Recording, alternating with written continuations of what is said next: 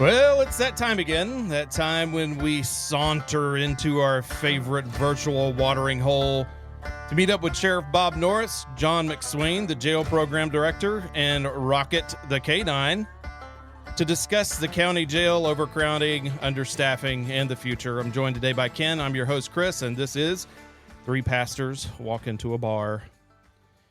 And as usual, it is everyone's favorite time of the show, that time that everyone tunes in for weekly, the disclaimer. Mm-hmm. The most exciting part of the show. You ready for this? I'm ready. I've been waiting for it all night. I couldn't sleep last night because I was waiting for the disclaimer. Yes. The views and opinions expressed in this podcast are those of the respective speakers and do not necessarily reflect the opinions, policies, or doctrines of Athol Baptist Church and its members. Man, that was good. Love doing that. Yeah, it's one of my favorite. High point of my week. Yeah. So last time we met with Sheriff Bob Norris. How you doing, Sheriff? I'm doing great. Man, good to see you again. Great. How you all doing? Great. Yeah, man, God's just been good. The place is just growing like crazy. Athol. Tractor Supply. It's urgent bonkers. care. You got your own restaurant out here now. Mm-hmm. Now we're getting a giant gun store. My goodness. I know. Downtown Athol. Who would have thought? Yeah. Yeah. I mean, I always thought it would kind of grow from Silverwood, but I would have never expected it right there at that corner. But, you know, it is what it is. But last time you were with us, Bob, we were talking mainly about your reelection coming up in the May primary election. And I had forgotten about that. I didn't know I was up for re-election. Thank you for reminding me. You got that coming. It could be, yeah, you got to kind of keep an eye on those things, man, because they'll sneak up on you. You got that right. Yeah. Can you turn him up just a hair? We also touched briefly, though, on the issue of overcrowding and understaffing in the county jail, which has been a problem for years without really any kind of like solid solution. So today we wanted to dive a little bit deeper into that and how that affects rehabilitation. In that process of going into that a little bit more, we're privileged to welcome John McSwain. John, thank you for coming. Oh, glad to be here. Yeah, appreciate it. And you are the jail program director for Kootenai County Jail, correct? Yeah, that's correct. What does a jail program director do? Yeah, I actually, the title has two things. It's jail program director and department chaplain. Okay. And so I work in the jail. I manage the programs that are offered to the inmates while they're in custody. And then I also function as the jail's chaplain, working both with inmates and with the staff there. It's a unique position, jail chaplain. My dad did that for a number of years at Holman Correctional Facility in Alabama. Yeah. Where the electric chair is at. And we did a lot of work down there. When I was a young man, I used to go down there with him. And so I'm familiar with prison chaplaincy work and the challenges presented in it.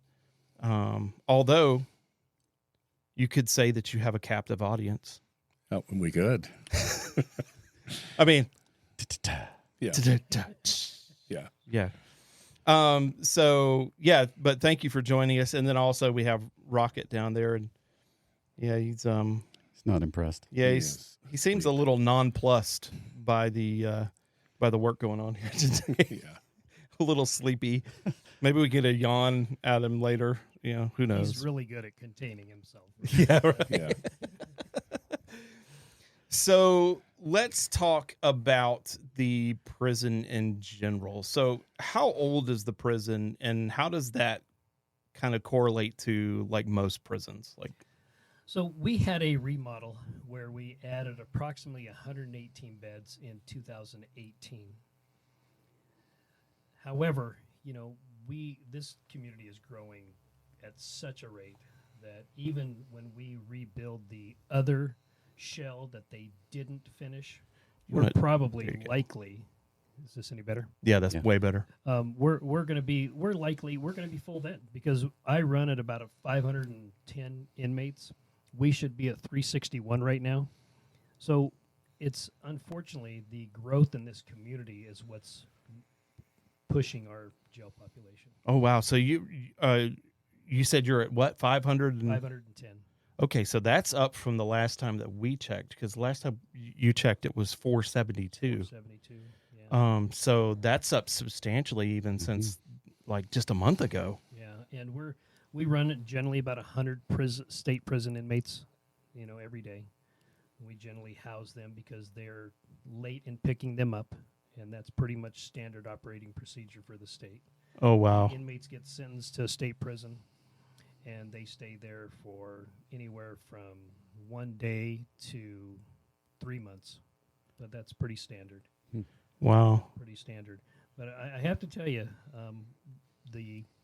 probably the most dysfunctional and non-functioning area of our jail was our ability to reach inmates, and we weren't in a very good place. I have to say, we were not in a very good place when of course I took office. COVID was still there. We still had some restrictions that some entities were placing on us, the Supreme Court for one, and what have you. So, With COVID, like, with COVID, okay, yeah, gotcha. especially as it pertains to inmates and what have you. So, there was a movement within our programs director at the time to make everything online and not do any in-person services whatsoever. And I'm not so sure that's the best way to reach people that are really in need. Right. Generally when you come to jail, hopefully you've hit rock bottom, and part of hitting that rock bottom is saying, hey, I'm on a journey to nowhere. How can I get help for my problems? And there was a real reluctancy to really reach out to the inmates in that position. And we had a change in programs director. I got this application from this executive who was from the King County Sheriff's Office, and I thought it was an odd fit. But they said that he comes with a real strong faith-based foundation, and for those inmates looking to need a support system, he would be a great fit. And we brought on John McSwain, and I am so happy that we did, because now we're having in person in our small little church there, in-person services instead of going to an online type of service where, I don't know, John, I think it's a better way to reach people, but what are your thoughts on it? Yeah, I mean, when I started, and I won't necessarily talk a lot about the people that were in charge of programming before I came, but I wanted to do two things. One, I felt like it was really important to put significant people in front of people who are trying to figure out their significance in life. Right. And then the second kind of pillar for me was to say, how do we build a bridge for people who are in custody to connect back into the community? And you can't do that when you're online.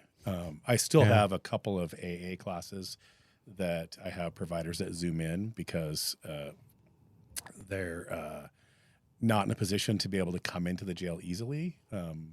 And so I still make that exception because AA services are a challenge to try to get providers to come in. But when I started, I had about somewhere between 20 and 25 volunteers that came into the jail regularly. And it was fascinating because as soon as people in the community heard that the old programs director was gone, I started getting phone calls from people saying, are you doing services in the jail? Are you providing anything for people? And so I began to kind of re-interview and bring back people. If I count the applications that are still waiting for approval, which they should be, I'm going to be almost 60 volunteers now. Oh, wow. Of people from our community, from a wide range of churches, service organizations, veterans groups that are coming into the jail, sitting with inmates, being that bridge, right? Connecting people to the community that they live in, because I recognize that when I came into this position, people are in custody, and when they get out, they're either going to get out after they've been to the state prison and they're going to come back to this community, or they're going to get right back out and walk out back on the government way. And so how do we give them something different to consider instead of just going back to the path of least resistance, which got them into custody in the first place? So, Yeah. So if we can put somebody in their lives that can tap them on the shoulder and say, hey, there's a different way. Yeah. Yeah, I guess the real question is does rehabilitation actually work, and is that something that needs more investment? Because I can even remember back when we were doing the prison, even back in Alabama, there was a lot of controversy over whether you could actually rehabilitate someone that was going to prison, or if there was a battle between institutionalization and rehabilitation. Yeah. Do you find that's a thing that that's a challenge that you have to overcome? Well, I think it's important to recognize that we are talking about jail and not prison. Okay. And those two things are very different. So the facility that I work in Kootenai County is a pre-sentenced facility, except for, as the sheriff pointed out, the 100 inmates that are waiting to go to state prison. Everybody else is there because they're awaiting trial or awaiting some sort of review by the judge or whatever. So they're pre-sentenced. Okay. And so what they do in the prison system, I think that's more of your rehabilitation. There's different types of training classes that they can take and things like that happen at the state level. Here, we're just trying to fill that gap, give them a little bit of information, a little bit of attention, try to meet some of those needs that everybody has to be seen, heard, and shown that they have value. And if we can do that, then we can change the process to begin to connect those people back to this community, because a lot of these, almost every one of them is going to end up back in this community. Yeah. So your approach is more preemptive, Right. before they become habituated to prison life. Right? And what the number that we can't count is that person that came to jail, they got a DUI or some minor charge. They hit a few programmings while they're here. They connected with somebody. They get out, and then they connected in the community, and they don't ever come back. It's almost impossible to count that. Yeah. To count that number. And so what I look at the jail as, the jail to me is our hook for this individual to say, hey, you know what? The journey I'm on right now, there's no future in this thing. Right. Because 98%, in my experience, 33 years of law enforcement, 98% of the people that go to jail are there because of an affliction. 1% are evil, and the other 1% are just not making the right decision for whatever reason.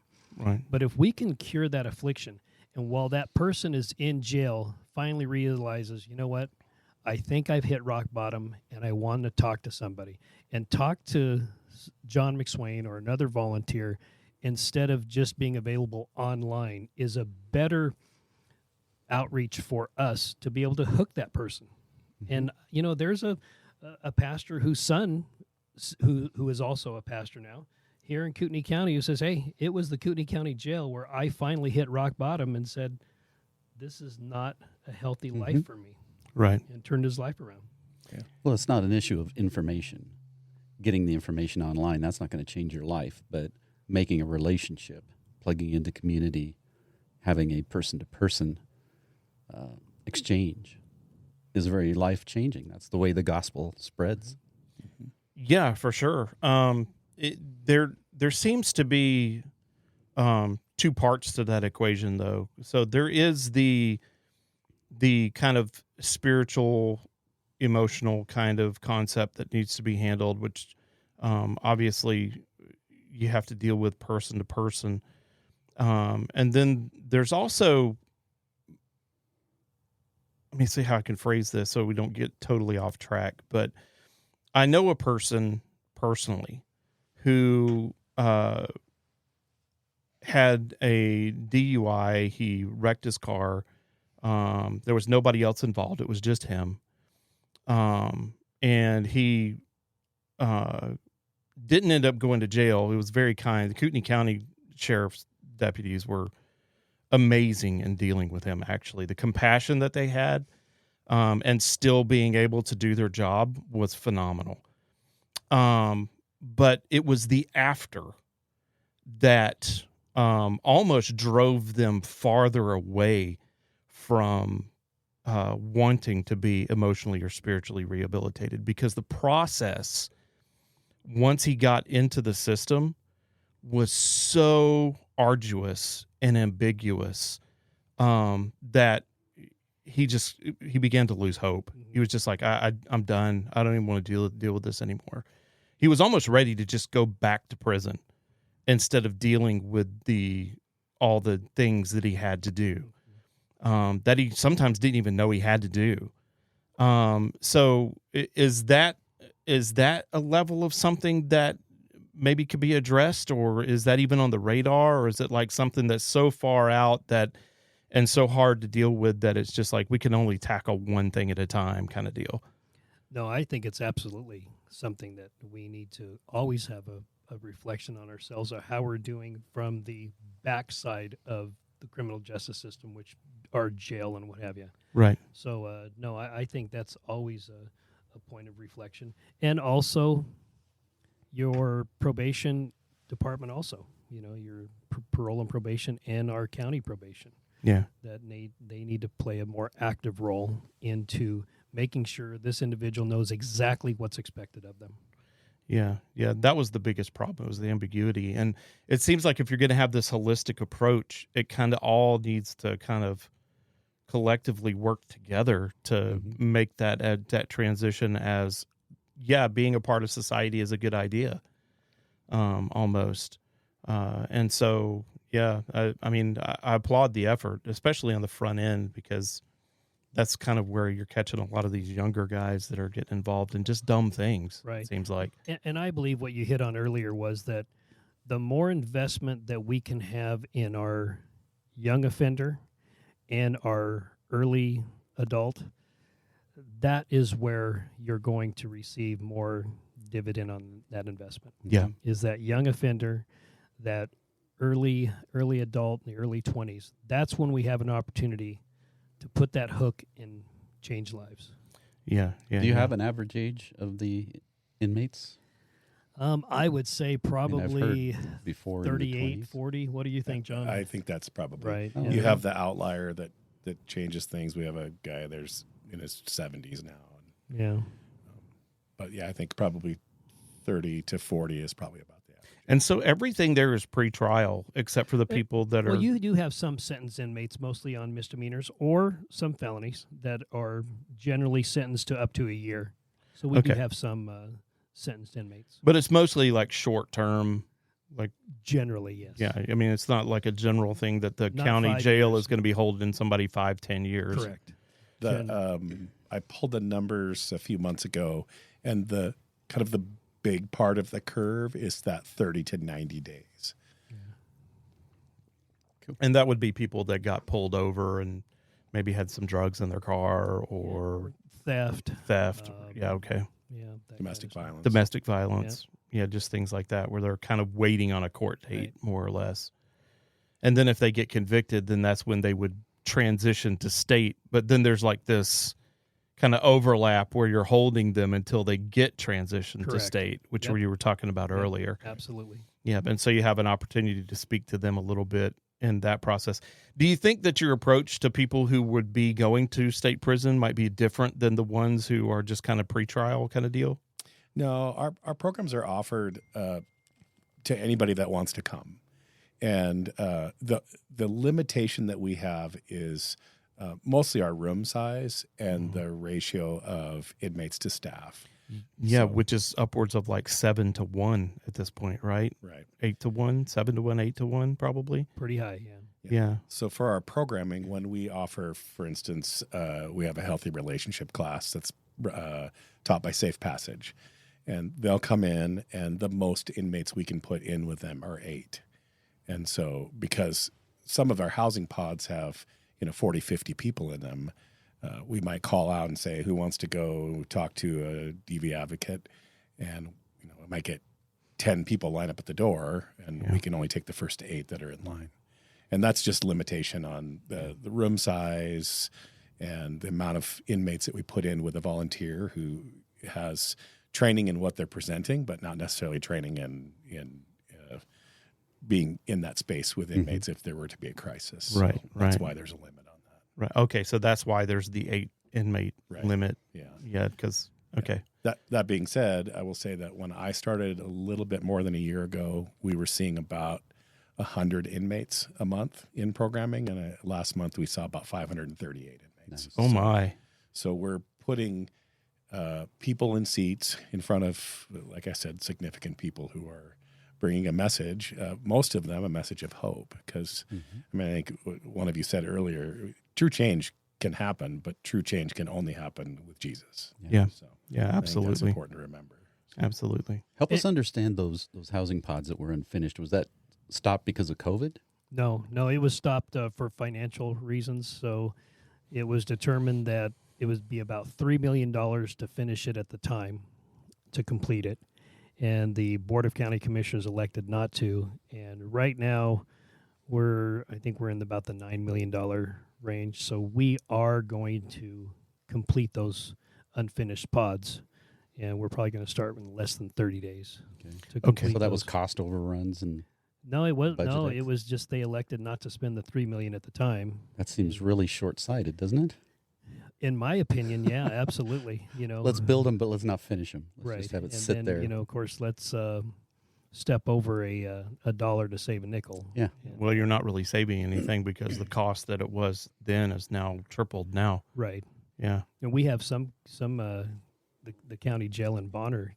They get about $1 million a year from contracts that would have been able to pay for this in 3 years, because we have contracts with Border Patrol and U.S. Marshal's Office and what have you, and we had to send a lot of those contracts up to Bonner County because we were too full. No space. Yeah, Jeez. yeah, Yeah. And that's going to become even more of an issue as illegal immigration continues to be an issue. absolutely. That's the number one subject on every resident here in Kootenai County is illegal immigration. Oh, yeah. Absolutely is. Yeah. Absolutely is. So if I could, boy, I'd like to kind of fast forward to, I don't know, it was about 10 months ago or so, and said, hey, we want to have a meeting with you. The K-9 team wants to have a meeting with you. And I said, okay, yeah, let's have a meeting. He goes, hey, we want to expand our K-9 team by another dog. And I said, okay, well, why are we going to do another dog? Why do we need another dog? Well, it's not a drug and patrol dog. This is actually a therapy dog. And I said, what? I said, why are we going to have a therapy dog? I go, who's thought this process out? Yeah. On its face, it seems silly. Yes. Yeah. Yeah. I'm thinking, I'm not thinking that We this haven't is built the cry rooms yet. yeah, I'm not thinking this is a good idea. I'm thinking, and then we had another meeting and I said, let me chew on it. I'm kind of on the fence with it. We had another meeting and they said, hey, it's going to be all paid through from our K-9 team, and let's just give it a try. I said, all right, let's do it. And I have to tell you, this dog and this man are changing lives, not only in the jail, not only with our staff in the jail, but in this community. And if I had not seen it, I would not have believed it. But our staff looks forward to seeing this dog every day in and out of that jail. They actually look forward to it, and it's actually an upside for them to come to work.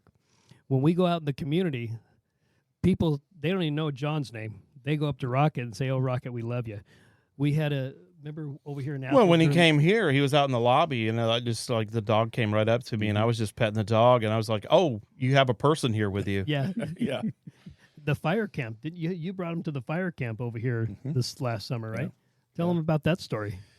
Yeah, well, maybe we should back up. I'll tell you a little bit about Rocket first, and then we can talk about the fire camps. Rocket is what we call a first responder therapy dog, and it's a newer concept in the world of law enforcement. It's not quite so new in the world of fire departments. They've had them for probably 10 years.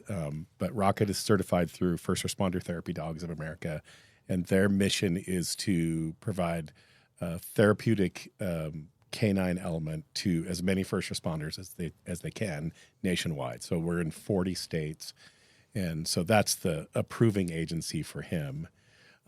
But he really does provide that therapeutic release for our first responders when they are in the midst of crisis or post-crisis. We know that every day there's a first responder somewhere in the county who's not having the best day.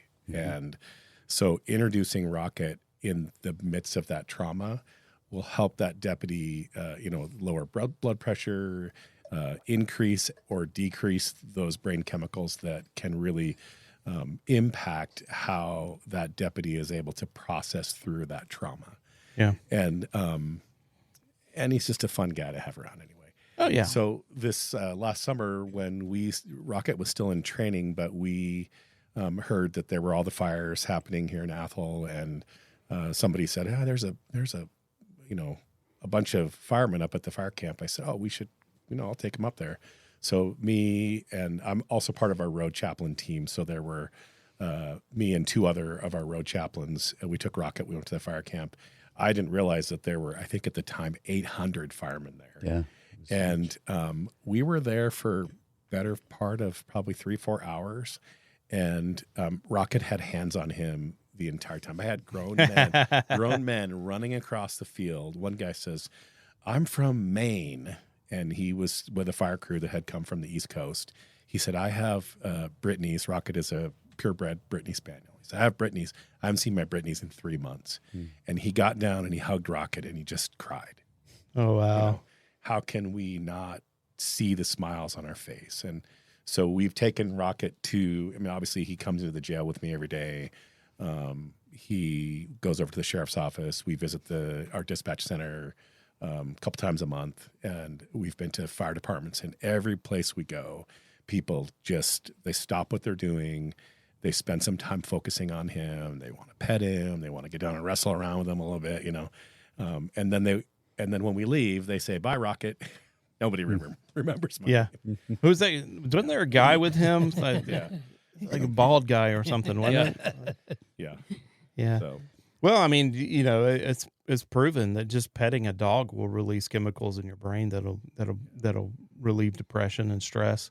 Yeah. And so I can totally see that. And in a job like law enforcement, in all of its aspects, it can be so thankless sometimes. It's just kind of nice to have a pair of eyes looking at you that has no judgments at all other than, are you going to pet me or what?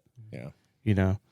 I'll tell you, I love this story. We had a pretty tragic incident. And so after that incident, we had a debrief, and we I think there were between our peer supporters and our staff and the therapists in the room, there were probably about 15 people in the room.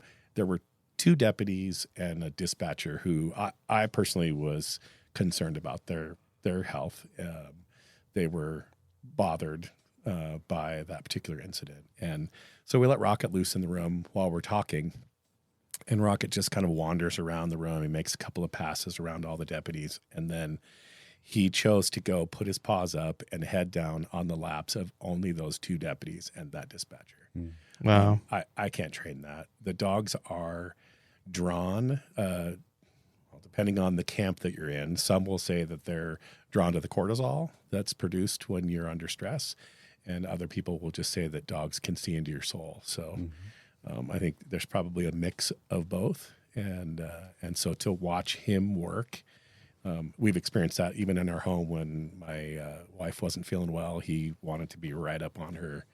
And then, we found out she had some stuff going on. So Yeah. he's really drawn to that. So Yeah, there's definitely something there, isn't it? Yeah, I don't know if it's something that they can smell or if it's just like a sense that they have. this person needs my attention. Yeah. Evidently, you all are fine today because he's just crashed. Oh, yeah. He's just like, Nothing to do here. Yeah. yeah, he's just like Move on. snoozing right now.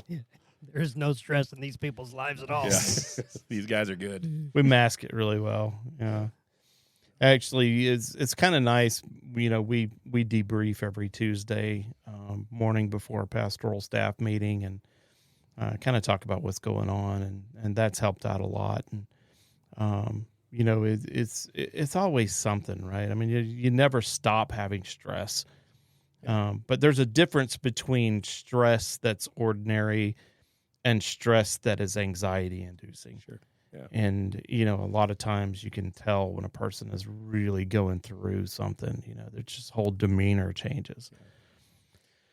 So, you know, if we can sense that just by looking at someone, imagine what something like that has the senses that a dog has can tell about a person just by looking at them or smelling them or hearing what's going on. I mean, I can't even imagine what they hear. I mean, it must be able to hear their heart or something, you know. I mean, And it's kind of funny when Rocket is with the patrol dogs. Rocket pretends like he's one of the patrol dogs. Yeah. You know, Oh, yeah. You know, I go out there, some barricaded suspects, and you know, I took that guy down. I can take that guy down too, just like they can, but I chose not to. You know. Yeah, I was holding he back. puffs up his chest, like, yeah, I can do this. Yeah. It's kind of a weird dynamic. Yeah. that Only thing he would occurs. chase would be a squirrel or a bird. Now, what are some instances? Do the prisoners get to interact No, Rocket exists solely for the solely support of our for the deputies. support staff and the deputies? Okay, so he interacts with the office staff and the deputies and, you know, all the people that are involved in that. Yeah, that's good. That's good. Well, that helps on the other side of that too, because, you know, a person that's less stressed in handling, you know, all the administrative aspects of a person that's being processed through that 100%. system is gonna help them as well. Absolutely. Yeah. Because I mean, yeah, you could tell, you know, if you call down to the courthouse or something, and the difference between somebody that's having a decent day and somebody that's having a rough day can directly affect your paperwork trail. Yeah. Yeah, it was funny. I went into briefing this morning and they just changed the shift hours. So briefing used to be at 7 in the morning and now it's at 6 in the morning. And so I came in this morning at 6 and somebody said, "Oh, we're so glad Rocket's here. We didn't think you were going to join us anymore because it's so much earlier." I said, "Oh no, Rocket, he'll still come around." So Yeah. they were very happy. Well, he needs to be at the meetings. Yeah. Yeah, he's got to be informed. Yeah. He knows what's going on.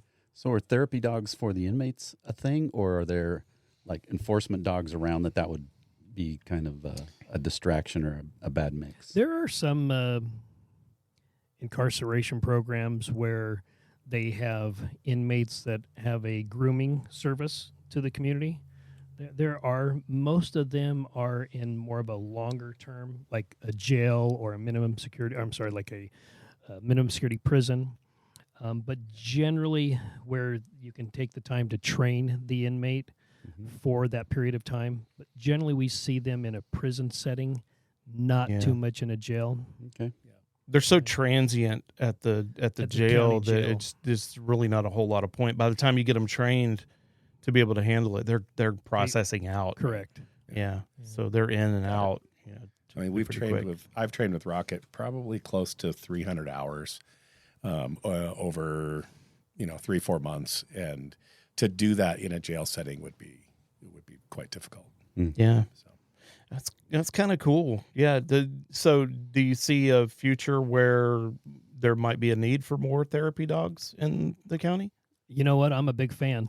Yeah. I have to say, I'm a big fan. I was a little bit like, I don't know what you guys are smoking, because I'm not know if this is a good idea for our canine team here, but Rocket has been such, and you too, John. Yeah, thank you. Yeah. I mean, John too. Rocket and Yeah. John Yeah. have been great for the jail, great for the community, and I would certainly entertain the idea of expanding it.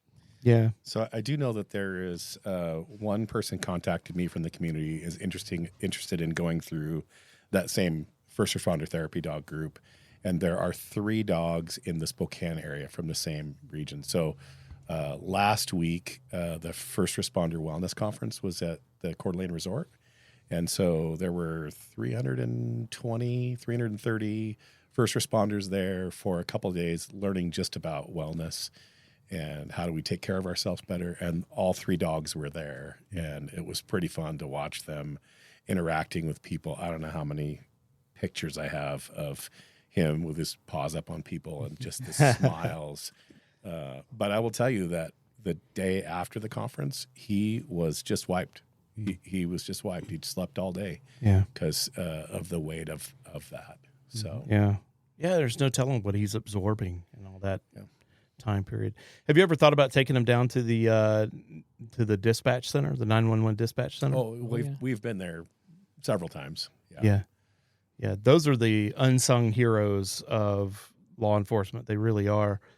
I worked down there with them for a little while, and man, just the whole idea that they get involved in these things, and then most of the time they get no resolution from it. You know, they're off the call as the officer's dealing with it, and then oftentimes they never know. You know, like what happened with it. Well, I can speak a little bit to that.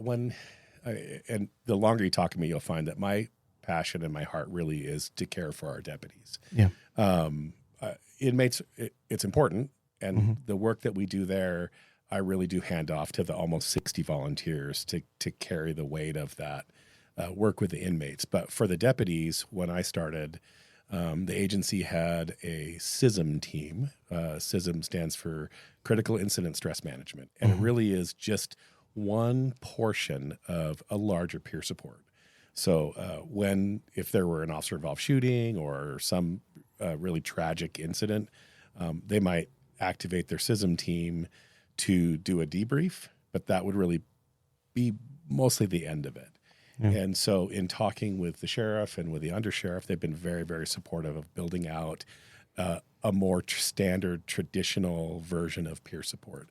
So maybe I put the dog before the cart when we started because Rocket kind of came on first, but in my mind, Rocket was I call him the great connector because he allows me to have conversations with deputies. But we have in the last probably 4 or 5 months written new policy that lays out what true peer support looks like. So from the moment you get hired to the moment you leave, you have options to connect with peer support, both at the incident level, but also just kind of at the general life of being an officer. I mean, it's stressful working for a sheriff. I mean, no, I can see that. No, but just being in law enforcement in general, you have the constant weight of, I like to say officers operate in kind of an honor shame world. So they go out, they respond to a call, they do a great job, everybody pats on the back, the community loves you, you're a great guy. But what about that time when you go out there and maybe there's been a car accident and that person, you do CPR on him, but he passes away, or you don't get there in time and something happens. Then the officer carries the shame because they, for some reason, have put on themselves that extra weight of responsibility. There needs to be that grace for the middle ground. And I think that's where our peer support falls in that world of encouragement. Yeah. So what's the jump on point for that? Is it like a pipeline where, like, if it looks like you need some peer support, like you get dropped into a pipeline and then you go through a process, or is it just like because it used to be like the sergeant would say like, well, I think this guy probably needs talking to. So they'd put a patrol chaplain in his car and they would have a conversation or whatever. Yeah, well, it really does. It starts really from the day you get hired. Part of our new peer policy has a mentorship program. So I've met with 2 deputies in the last 2 weeks that are brand new. So the first thing they get is they get a meeting with me or we have 25 people from spread all across the agency that are part of peer support now. And so the peer supporter would meet with you. They would talk about the transition from being in general life to being in law enforcement. And Right. this is not just for our deputies that work on the road or the jail. This is the dispatchers. This is our people who work in, all aspects of the sheriff's office. So that mentor will sit with the new employee and explain to them what our mental health EAP looks like and what services are available to you, and then help you navigate through the changes from working at Safeway or Albertsons or wherever you worked before to working in law enforcement, because the expectations are very different. What are the services that are available to? Well, right now our main mental health services for our commission staff comes through an insurance provider that the commissioners have provided called IIIA, and they contract with First Responder Wellness, or they also have the name of Shift Wellness or the counseling team, kind of depending on what aspect. And that group provides all of our training for our peer supporters. So the next 3 days, we're actually doing 3 days of basic and advanced peer support. So they'll get 3 full days of training. And that's for our 25, but then for another 10 or 15 other people that they contract with. So they contract with ISP in Bonner County. There's a list of about 15 or 20 other agencies around. Right. And so they provide all that, but then they also provide that same policy also provides services to your family. So let's say, that's amazing. It is amazing. It Yeah. is. If you are one of our deputies, and let's say your wife's father passes away, and the wife's just really, really struggling, we know that's going to affect our employee. So for that wife to then be able to just pick up the phone and call the 24-hour number, there'll be a live person that answers, and then that wife can get into a counselor the very next morning. And when I say counselor, it's a culturally competent counselor. So they vet all of their counselors to be specific to our first responder world. Right. So they're not going to stick you in front of somebody who doesn't understand that. Right. Same thing, it extends to your children. For every incident that you have, you get 10 free sessions with a culturally competent therapist. So, And what constitutes an incident? that's a very good question. I think it's pretty much if you just call. Oh, okay, I got you. They've been I got you. They've been they've been very, very generous, and we have had many of the incidents that we've had our deputies just pick up the phone and call. Okay, so they don't need they don't need an approval or anything to get into this. All they got to do is call. Yep. Just all I have to do is pick up the phone and call. And so for our non-commissioned, the EAP is not quite as good, but it's still very good. And if they have an incident, they can call.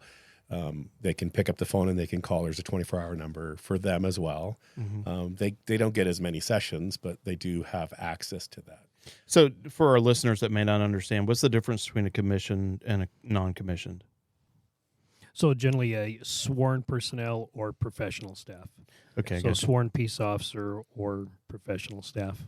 Okay, gotcha. So, and I appreciate that the commissioners recognize that our dispatchers are not necessarily sworn personnel, but they carry the weight of what happens. And so they are under the same policy as our deputies. So, Yeah. Nice. And then as far as peer support goes, part of that system involves connecting our chaplains with our staff as well. So we have 10 road chaplains that are out doing ride-alongs. They're obviously available to the community. If the community says, hey, I'm having a rough day, I need to talk to a chaplain, our deputies will connect that chaplain with them. But the secret is that chaplain is really there to ride along with the deputies, to be that point of encouragement, to be that point of hope. And so when we wrote our peer policy, I felt like it was really important that our chaplains who are out doing ride-alongs regularly need to also be connected in that peer support world. So our peer policy has a provision for our chaplains. So we currently have 3 chaplains, 1 from search and rescue and 2 from our road chaplain group, and they are fully integrated into that peer support world. So it's been a pretty fun ride to watch the change. Yeah, that's pretty amazing. That's pretty amazing, and that's that a lot of that has changed in this administration. Absolutely. Yeah, because I was a part of it in the previous administration. I was a patrol chaplain And what you're talking about is way different than what I had experience with, for sure. So I'm glad to see that changing because, man, those guys need some support. You know, I mean, we have. I mean, as far as places to serve as law enforcement, there's probably not many places better than Kootenai County. But still in all, you know, every time that you encounter someone is a potential for stress. Oh, yeah.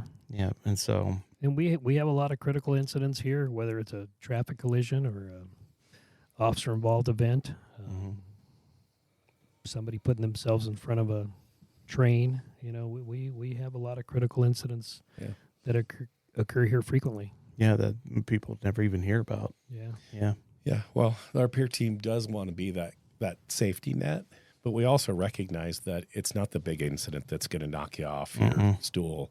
It's the constant dripping of, did I do the right thing at the right time? Am I going to forgive myself for not doing the right thing?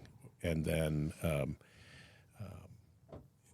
helping them when they realize that they've navigated through coping in not the best ways, right? Yeah, yeah. And so I think having, so we have 7 or 8 on patrol, peer supporters, same number in the jail, and the rest come from a variety of across the department. And what we've trained our peer supporters to do is to, you just have to connect with the people that are around you. Yeah. Be that extra set of eyes and look for I like to call them the used to's. I used to ride my bike, or I used to run, or I used to do this with my wife, and begin to ask the question of, well, why don't you do those things anymore? Yeah. Well, you just become cynical about life. Sure. Yeah.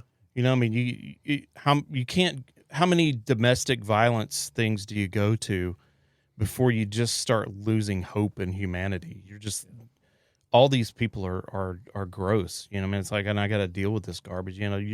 If you deal with the worst of the worst of the worst all the time, it's just a slow kind of just like being rubbed across like some really fine grained sandpaper. It's like, it's not removing a lot, but it's enough. And over time, it makes a big difference. Yeah. And it affects your family and particularly your marriages. Like, is there anything that it built into that peer review that's there for the marriages as well? We're actually Tuesday night, we're doing an event for our peer supporters first, and we're going to try to do this a couple times a year. We call it Families on the Front Line. It's offered by First Responder Wellness. And what they'll do is we'll gather our employee and their significant other in a space, feed them a nice dinner, and then let the instructors talk about what it looks like, what law enforcement looks like from the other side. And so what we want to do is help our employee understand the stress that they bring home that they may not understand, but also help the significant other who's at home understand the world of law enforcement. And so I use an example. I have a friend who works for a local fire agency here. They hosted a Families on the Front Line last year.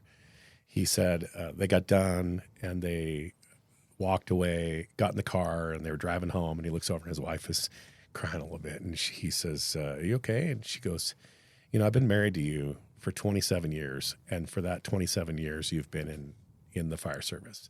And it wasn't until tonight that I finally understand you in a way that is going to change our marriage for the positive. Yeah. So that's one aspect of it. I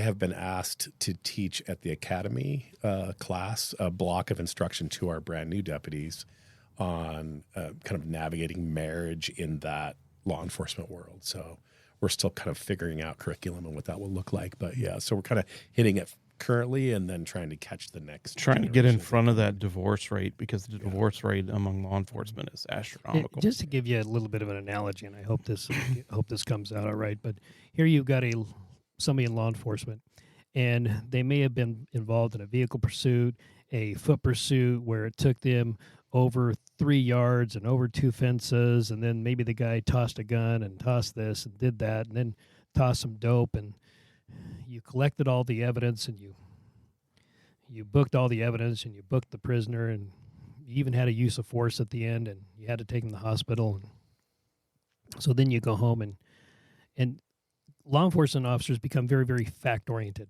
Where just the facts, just the facts.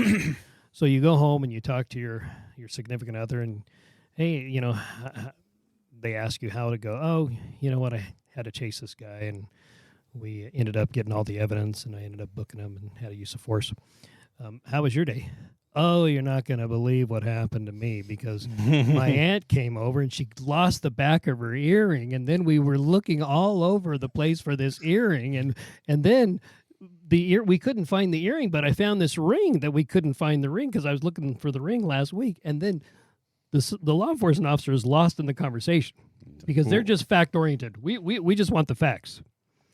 But then there's a disconnect between the relationship because they were involved in a critical incident, and yet the spouse is going on and on and on about this backing of an earring that her and her aunt spent an hour and a half looking for because they couldn't find it. Yeah. And there's just a total disconnect. Yeah, and to be fair, she doesn't really know how to ask the right questions. Right. I mean, she doesn't really know how to approach that. Not, living in the culture, like another deputy, if they were so inclined, might ask them, well, how did you feel about all that? Or are you doing all right? Or, unless they're asked, most of them aren't going to just start spilling a bunch of information. That's just not how that works. So, yeah, it's good to have some training both ways on that, so. Is there a difference, John, in the way that you counsel a law enforcement officer who's been, say, in a critical incident like that? Is there a difference in the way that you counsel them spiritually than you would just the average citizen who's dealing with some life issue? Is there something unique about the law enforcement application? I don't know if I would necessarily say there's something unique, because I think that what I have found, and we'll connect it back to people who end up in jail unexpectedly. Same thing with the officer that's just had a critical incident. Same thing that's, you when you've had, a loss in your family. People begin to question kind of their place in creation.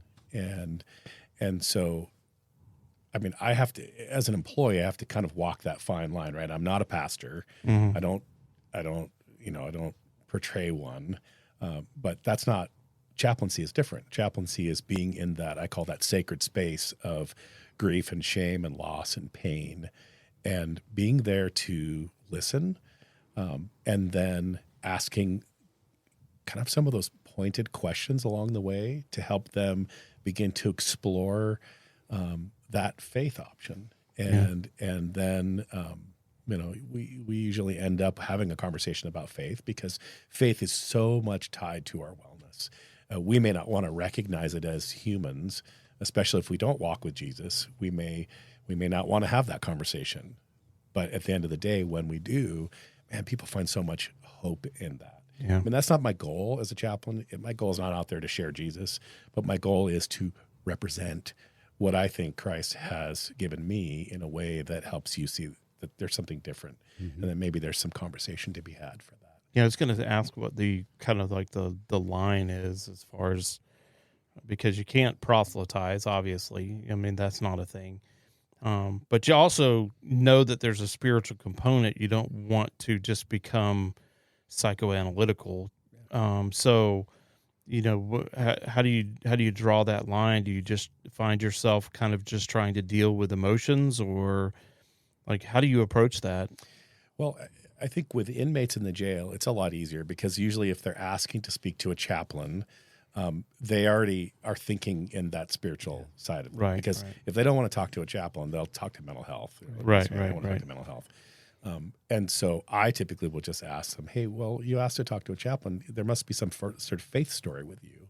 and let them share with me their history. And that becomes a good jumping off point. It's a great segue. Yeah. I tell my volunteers all the time, your job is not sit somebody down and say, you need to give your life to Jesus today. That's going to solve all your problems.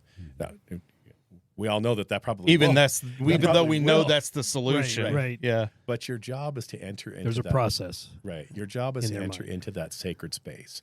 And if in that conversation they ask you what it is that you believe, I think it would be disrespectful not to answer them. Sure. Right. Yeah. Yeah. But if they don't ask, then you just can explore that emotion. I tend to talk to people a lot about their emotions, and linking that to, if we are God's image bearers and we are created in God's image, then emotion is part of his creation.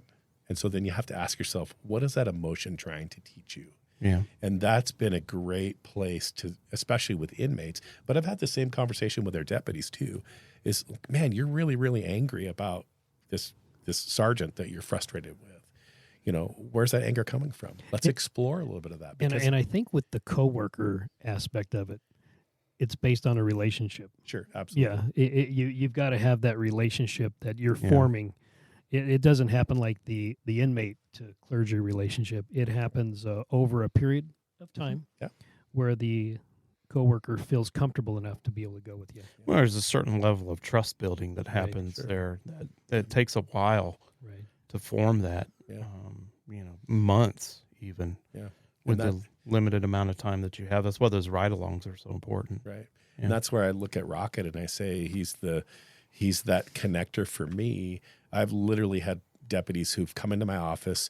And I'm like, I don't even know this guy. Yeah. And he just wandered in. They would have never came in before. Sit down on my floor, and they're petting Rocket. And who are you? Do you work here? And I'm like, hi, how you doing? They're like, oh, I just wanted to see Rocket. And then one guy literally, he's like, I just wanted to see Rocket. And he reaches back with his leg and he kicks my door shut. I was like, you didn't want to see Rocket. What's going on? And then we have a really good conversation. Well, I mean, obviously it wasn't intentional, but bringing the dog on first actually was a stroke of genius, an intentional genius maybe, but it was a stroke of genius because it gives you near instantaneous results. Because people just respond. A common ground right there, because everybody loves dogs, right? Yeah. So that might be something to remember, for future departments or whatever, it's like, it's great to build a program, but also it's kind of good to build a program off of something that you've seen some results on. Sure. Instantaneously, so. Can I tell you just a quick story about him? Yeah. He, we were having, my wife and I, we had a dog and the dog passed away and we were talking about getting another dog. And I said, what would it look like if I asked the agency if I could get a therapy dog? The sheriff tells the story about, from his perspective, when I wrote that proposal, I turned it in on a Thursday and it was back on my desk on a Monday. So I don't know how long the process, if there was conversations happening beforehand. Right. But somebody asked me, because I turned the proposal in before we even found Rocket. Mm-hmm. And I said, somebody asked me where I got Rocket. I said, well, the Lord gave him to me. I reached out to a friend once we knew that we were going to do this, who trains Brittany's, said, can you connect? Maybe you can find a dog that just, can't hunt, but has a good personality, And he called me the next day and he said, I found your dog. It's in Southern Oregon. These people have this dog. The husband had an injury from work. And so he had a bunch of surgeries and they had gotten Rocket to use as a stud dog to start a breeding operation. And then the wife found out she was pregnant with her fourth child. And so they were like, this isn't going to work. We got to rehome this dog. And so I called her and I had a nice conversation with her, told her I work in a jail and that I wanted to train him as a therapy dog to work. At the time, I was thinking inmates and deputies. And then, of course, that changed to just deputies. But she said, oh, yeah, I was a hardcore drug addict. And I really... I found the Lord through jail, got connected with a treatment program, met my husband in treatment, and we decided we needed to get out of where we lived, and so we moved to Southern Oregon, and we've been sober for 15 years. And she was Wow. quite emotional about the fact that Rocket, her dog, that she'd spent, and they had him almost a year. Sober in Oregon. That's like that's an Southern- achievement in and of itself. Southern Oregon. Oxymoron. Well, it's real close to in and out. So there's Okay, a whole got different you. conversation there.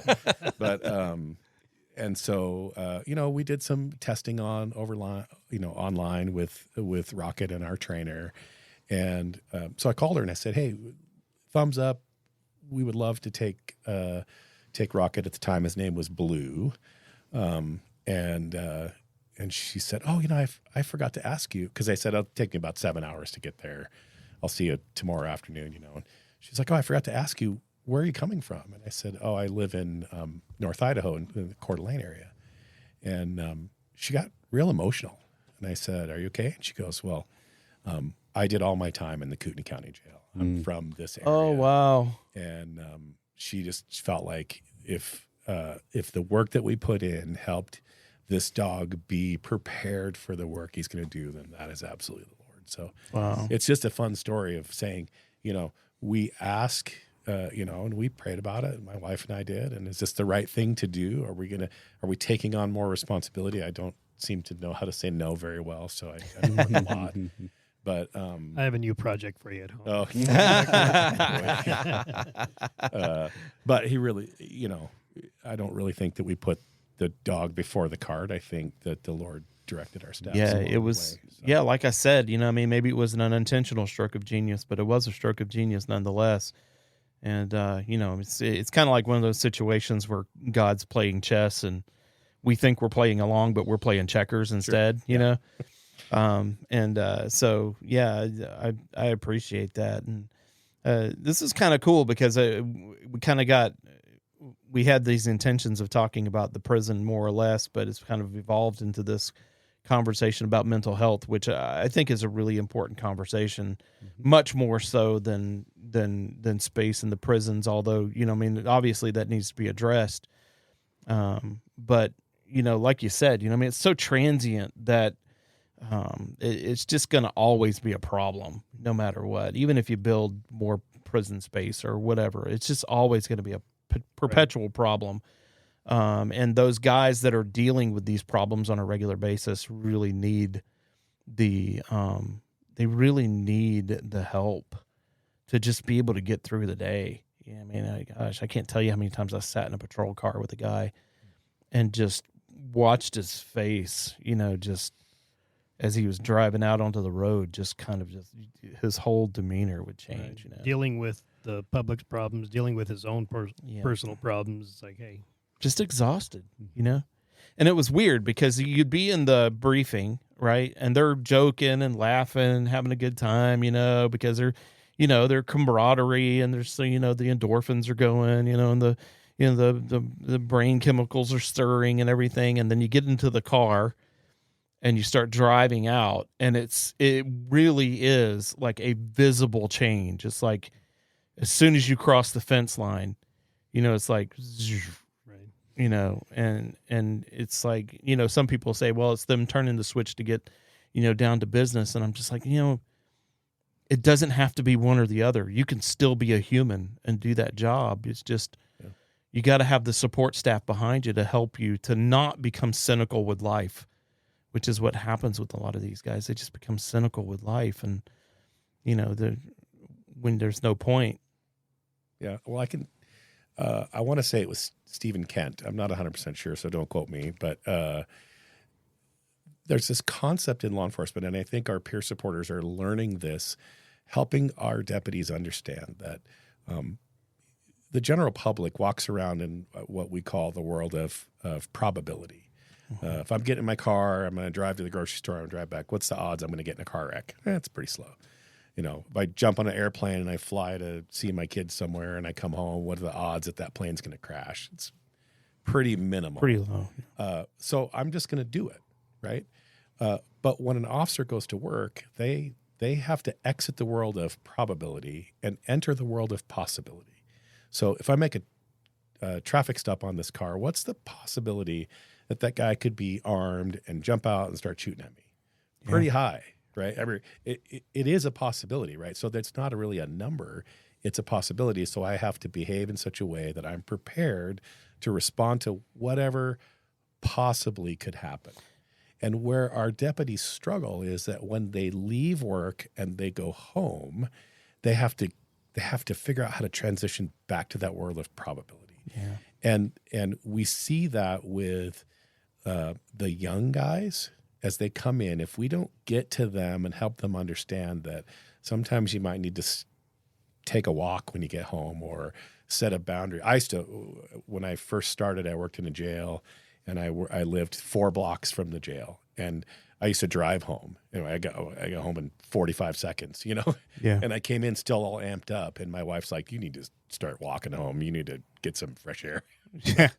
And but that was really, really wise of her to recognize and to help me understand that I needed to have some time to kind of reset my brain.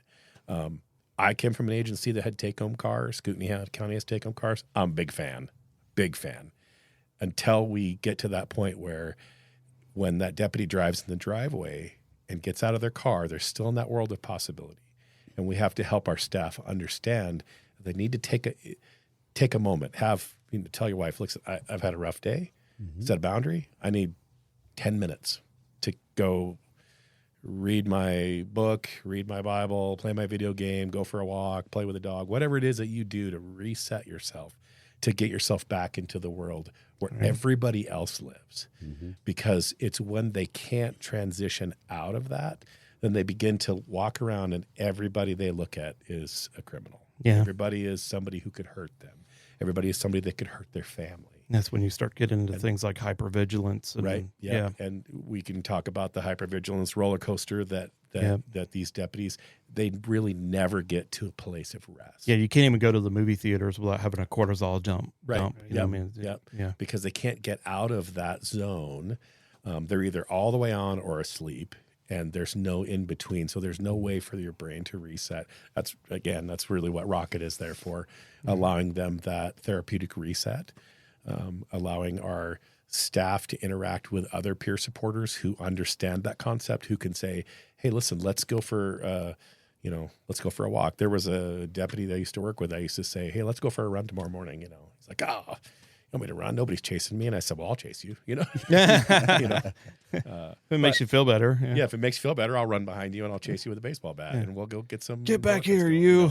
And but we have to start being intentional about how we care for our staff. Intentional. That's a great word, because it hasn't been for a very long time. It hasn't been intentional. No. It's kind of just been reactionary as opposed to preventative. And so, I really appreciated this conversation. We kind of got derailed a little bit. I mean, we didn't really talk as much about the prisons as maybe we had planned on initially, but that's okay, because this is a way better conversation. And, that's kind of what we do here anyways. We just have a conversation. Roll.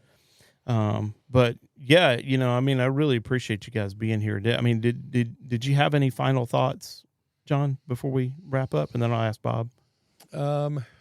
No, I mean, I appreciate having an opportunity to just kind of share about the mission behind caring for our staff. Yeah. I mean, caring for, I don't take lightly the responsibility I have to care for the inmates that are in custody. I have probably 10 inmates on my desk right now that would like to sit with me specifically. And so, I think it's really important that as believers and followers that we are, to use that same word again, intentional about what we do each and every step of the way to care for those around us. We can only affect the world that's right around us. Right. But boy, can we have a big impact when we know who's behind us, supporting us. So, and I'll just say publicly, I have been, I came from a very, very large agency who supported wellness, but not to the level that I felt like here.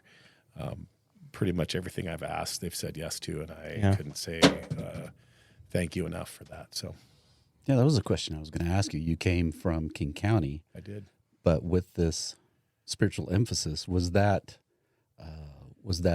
acknowledged and appreciated and applied over in King County? Or was it becoming more of a 30 years ago, secular probably yes, but towards the end, probably not. Is that part of your want to move to North Idaho? Was to get to a place where you could Well, I came here because we knew that when we were going to retire, we wanted to live somewhere where our kids would put roots down, and our kids put roots down here first. So we came here to. Okay.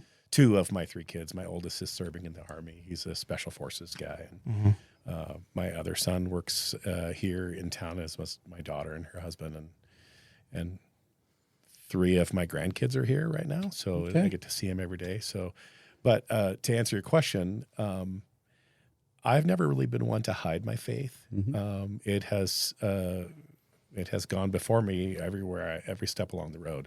Now, I will say King County was. We had to be very careful about what we said publicly because we would be criticized. It's not a real faith-friendly zone. Okay. But I think they also realize at the end of the day, I have freedom to speak my mind. As long as I'm not representing the county, I can say what I want. So. Right. Yeah. Appreciate it, John. Yeah. Bob, do you have any final thoughts?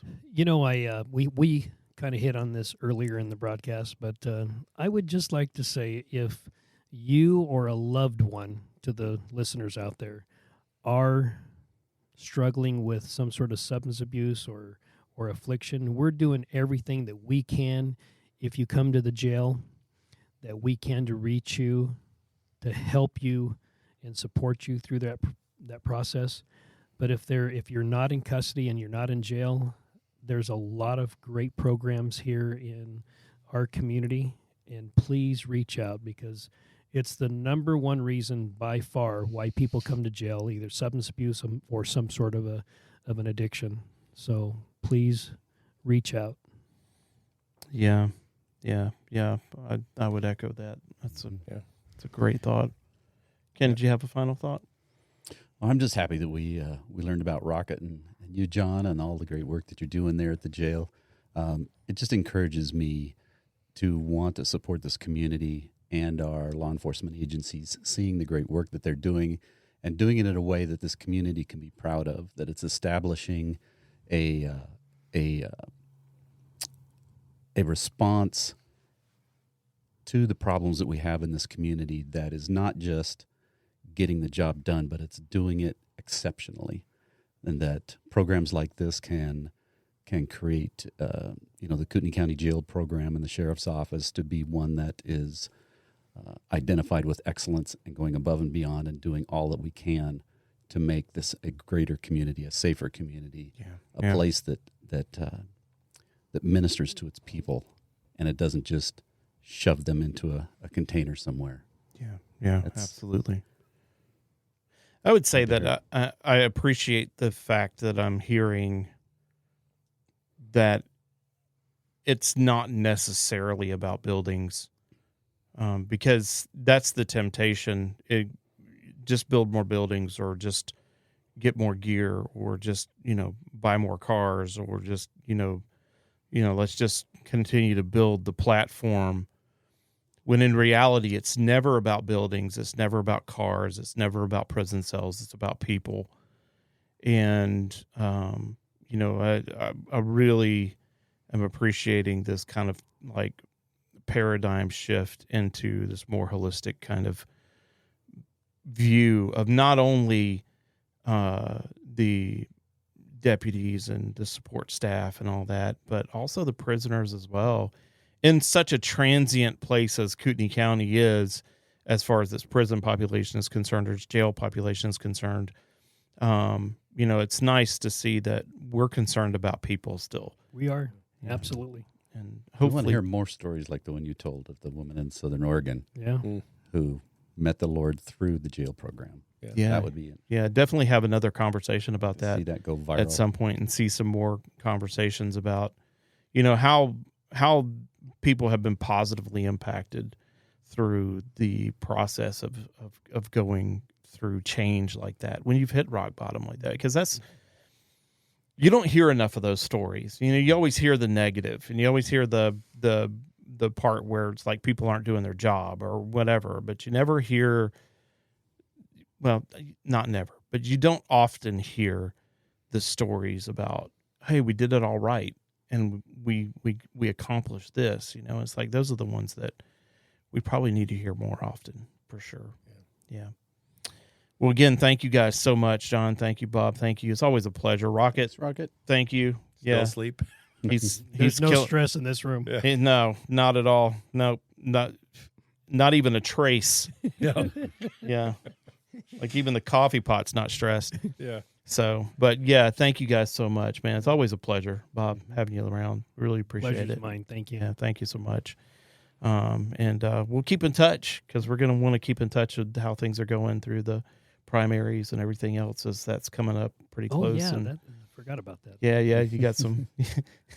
Yeah, it's been an interesting campaign, that's for sure. So yeah, God bless you guys. Can we pray for you real quick? Yeah, absolutely. Yeah, Ken, you want to pray for us?